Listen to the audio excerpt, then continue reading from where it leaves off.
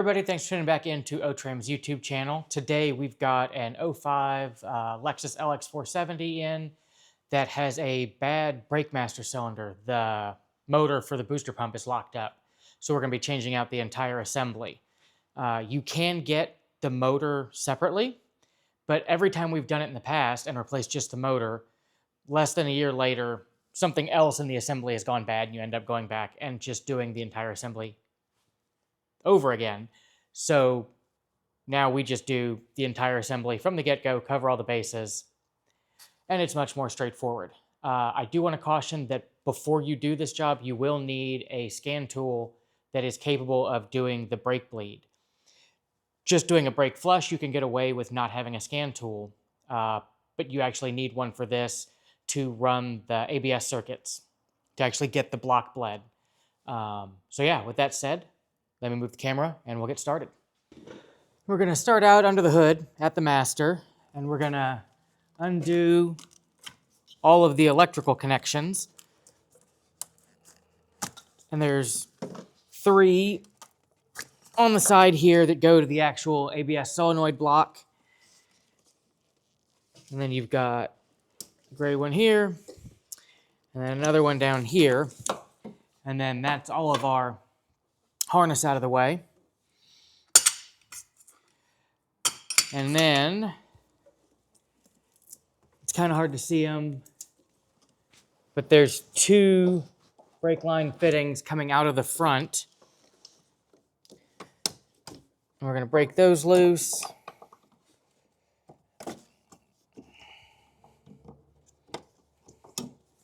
And you'll want a line wrench for doing this that wraps around and gives you a better grip. I showed in one of my other videos these ratcheting ones from SUR&R. I like these, but we've got plenty of room for a traditional wrench for this job. And then you've got 2 more lines over here toward the firewall.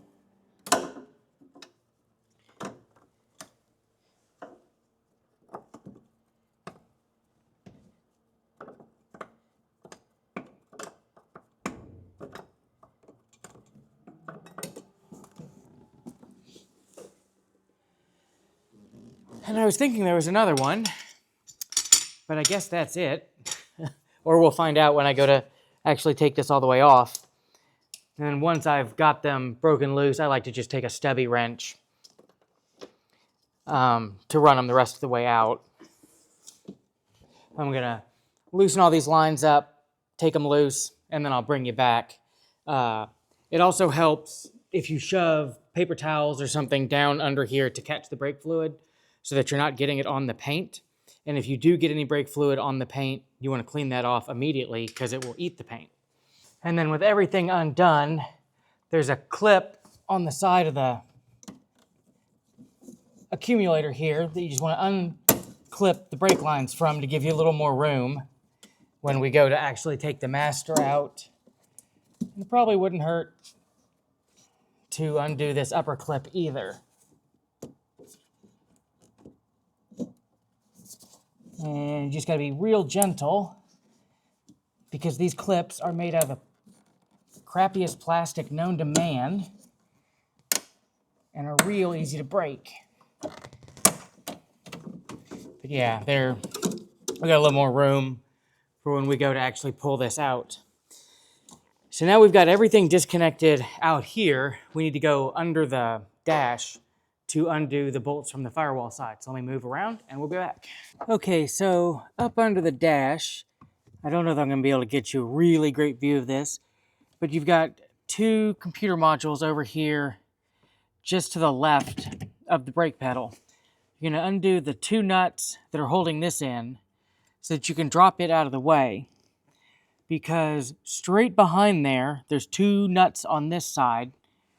And then up behind this bellows, there's 2 more nuts on this side of the bracket that hold the booster to the firewall. And then, I don't know if I'm going to be able to get you right up here.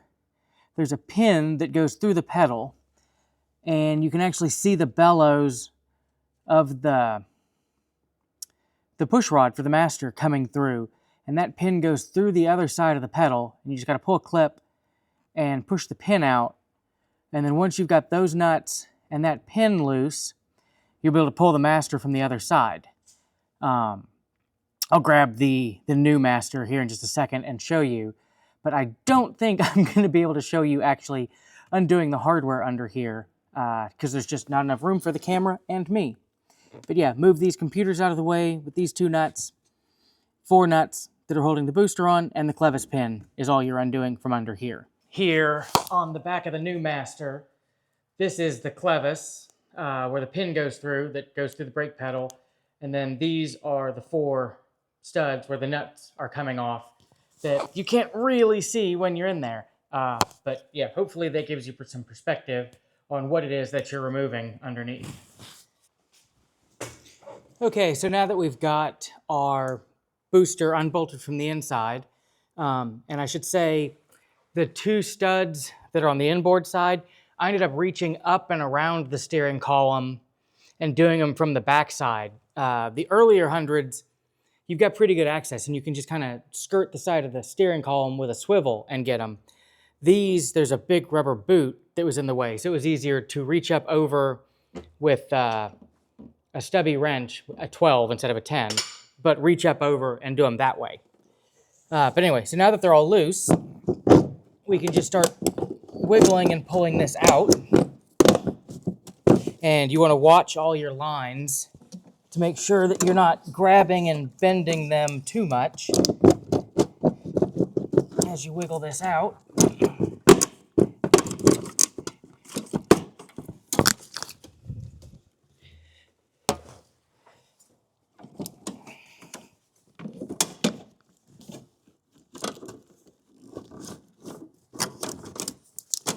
There we go. There's that one.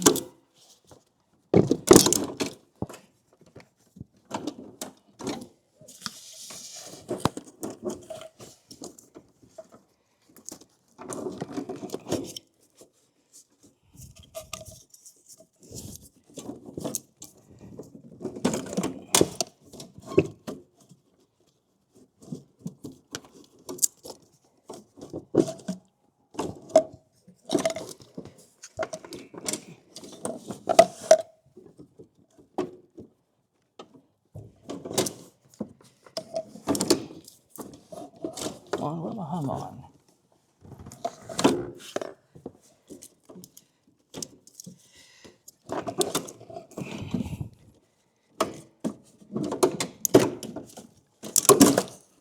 There we go.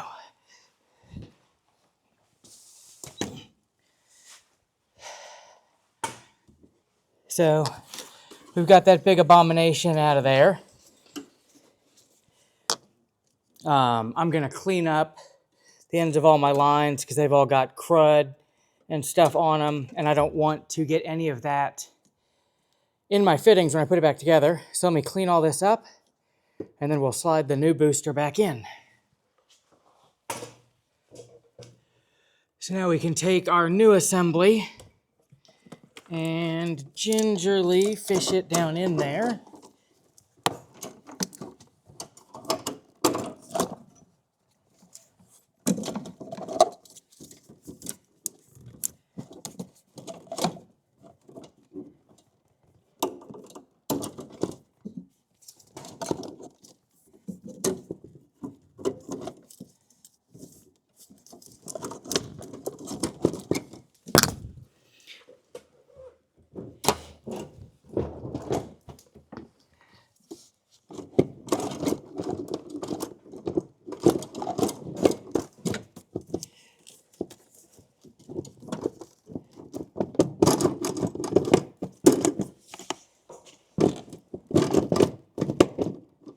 Clevis has to slip over the brake pedal the same time these studs start going through the firewall. So not only are you trying to juggle it out here, but you also end up fighting a piece on the inside. So I'm likely going to have to kind of bounce back and forth as I'm going around, but first, I want to count for all my lines out here. Make sure I'm not burying any of them to where I'm not going to be able to get them.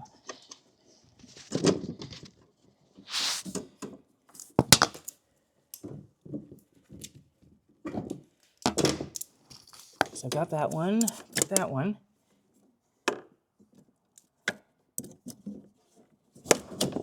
There's my other one. So they like to tuck in, and you got to make sure that you've got them all accounted for.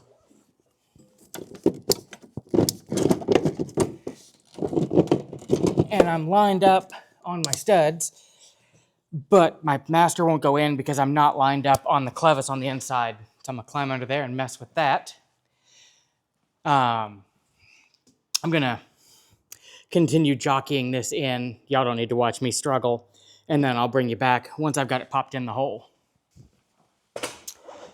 Okay, so I got it popped back in there. It turned out I was just hung up on the studs, on the threads on the sheet metal. Once I got inside and wiggled it a little bit, it just slipped the rest of the way in. While I was in there, I went ahead and tightened up the nuts and put the computer brackets back in and put the pin through the clevis.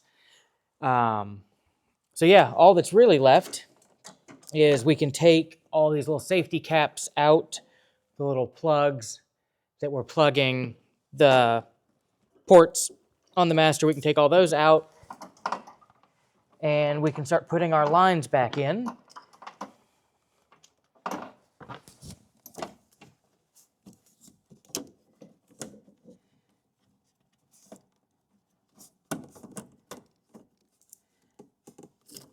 And it helps if you snap them back into their little plastic retainers first, and that'll kind of line them up to where they need to go, because they likely got bent a little bit, jostling the booster out. And then you just want to be real careful and start everything, real gently, finger tight, because these are real easy to cross thread, go into this aluminum master cylinder. And that is definitely something we don't want to do.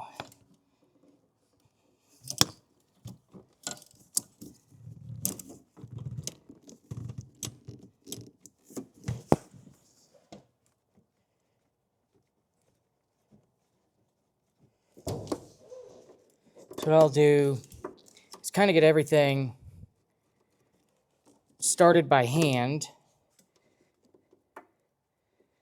and in a couple of threads.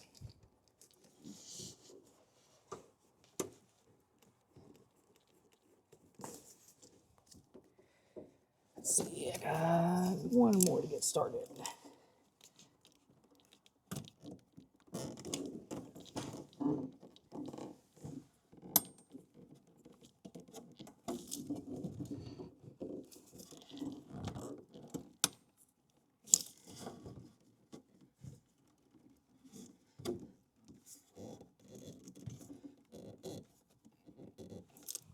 There we go. And then I'll just come back with my stubby wrench and snug those a little bit.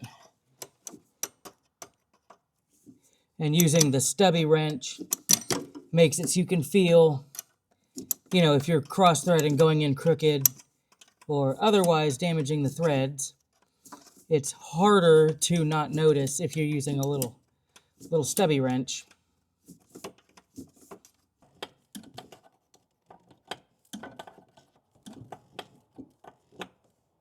There we go. Then we can come back with our actual line wrench and give those a good tighten. And you don't need to go, super overboard tightening these. You just want them, good and snug. That's why the line wrenches are shorter than most wrenches. Get those tightened up.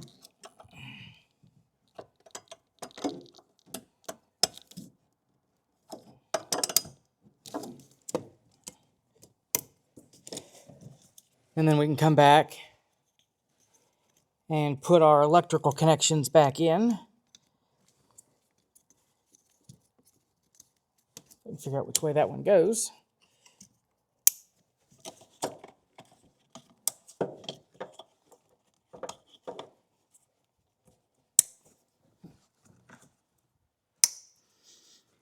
There we go. Those are all in, and then you're going to want to look around and make sure, like, this line popped out of its holder. This one snapped out down here. This one's popped free. You just want to go back through and make sure that you didn't disturb anything while you were popping everything apart. Everything's clipped in. Everything looks good.